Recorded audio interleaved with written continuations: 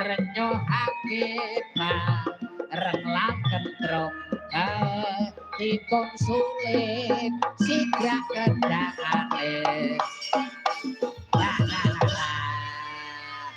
sampean niku pripun teh Mas? Pripun? Wong Piyayi Putri ngoten kok sampean ngamature niki Piyayi Putri asli. Kok bingungke bingung pripun lho. Wong putri niku kan tegese ngagem ngadi salira ngadi busana ngagem jarik pupune tansah dipepetri.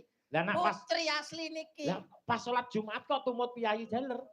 Loh, wah repot ora repot oleh. berarti ya ora oleh. Nuwun sewu asmanipun sinten? Dedek paring asma Mbak Inces. Dedek paring asma Mbak Inces. Saking pundi mian menika saking pundi kok mian piyambakan mian mboten kalih sinten-sinten ta mian menika? Nggih kali bapake lari-lari. Weh, kalih bapakipun lare-lare. Nggih. Ya ampun. Oh sampun kagungan garwa ta?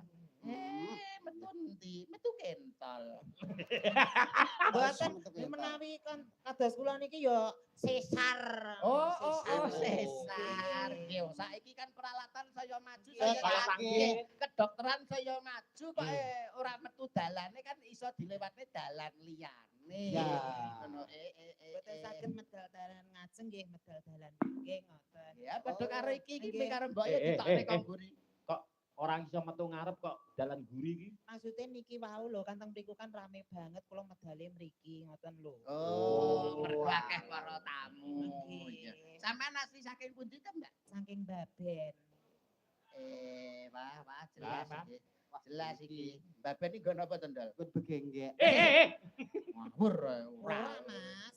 Biyen saiki Saiki wis ora ono ya. ora ono kok iso. Nek kono kuwi nggone bakul pakan manuk. Oh, kroto. Nggih kroto. Jenengan purun nuduli kroto kula. Alah wong krotomu ya padha karo krotoku. Mong kaceke nggonku rada gilap sithik ngono ae. Nggih. Aku jane ning kene iki yo panas lho asline. Lah kok saged? Tapi tekno wong lanang yo diblosong dase ini malah Aduh Mas Mondol astagfirullahaladzim. Blas aku kemedun udune aku ki. Lah napa? Lanang to tibake sampean niku. Tibake lanang kok. Kula wau ki ajeng mlebet niki nggih ewuh lho. Kok saged ibu? Ewuh nggih anu titip.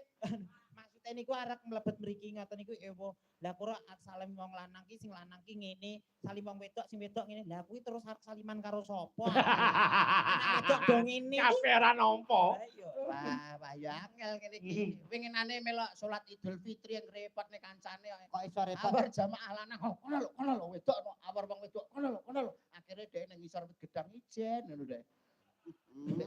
Ora duwe anu blas ora duwe jamaah. Nggih anu Sampeyan arep takon apa? niki lho kula niku kan bingung Masalah apa? masalah sembahyang Nggih. menghadap Tuhan Hmm. gitu. Lah pone kula niki kan jane iki yo asline lanang. Niki jiwa kula niku wedok. Jenengan demek to jiwa kula niki wedok. Saestu. Demen tendal. Moh. Lah ngopo? Ngene lho wong didemek ya ora meteng kok iso. Ya maksudnya mau nek didemek ya dikaro diremet bareng. Wong edan malah. Dak. Wong diremet ki malah mlek. Oh iya Napa? jiwane jiwa wedok. Nggih to. Tapi Iya. asline. Tapi asline lanang. Oh. Nek didemek kene wedok, nek didemek kene lanang. Wah, ora pareng kok Hmm. iso. Terus karepe sampean? Nggih menawi ajeng salat ngoten niku ki kedahe ngagem napa? Menawi kula niku ngagem mukena, apa ngagem sarung, apa nganggo layar, apa nganggo Pripun? Pripun ngoten lho. Nek bingung-bingunge udo ae. Lho ya ora ngono Nggih, jenenge salat. niki nggih bedang ilmu kok, Mas. Bedang ilmu Nggih. awake mumpung ning pondok Mergo nggih. napa niku kawulanipun Gusti menika wau Nggih. maneka warna. Nggih, Nggih. Enek Menika sing- kedahipun kados pundi? model ngeten-ngeten iki, barang niki iki termasuk makhluk lho Mas ngeten iki.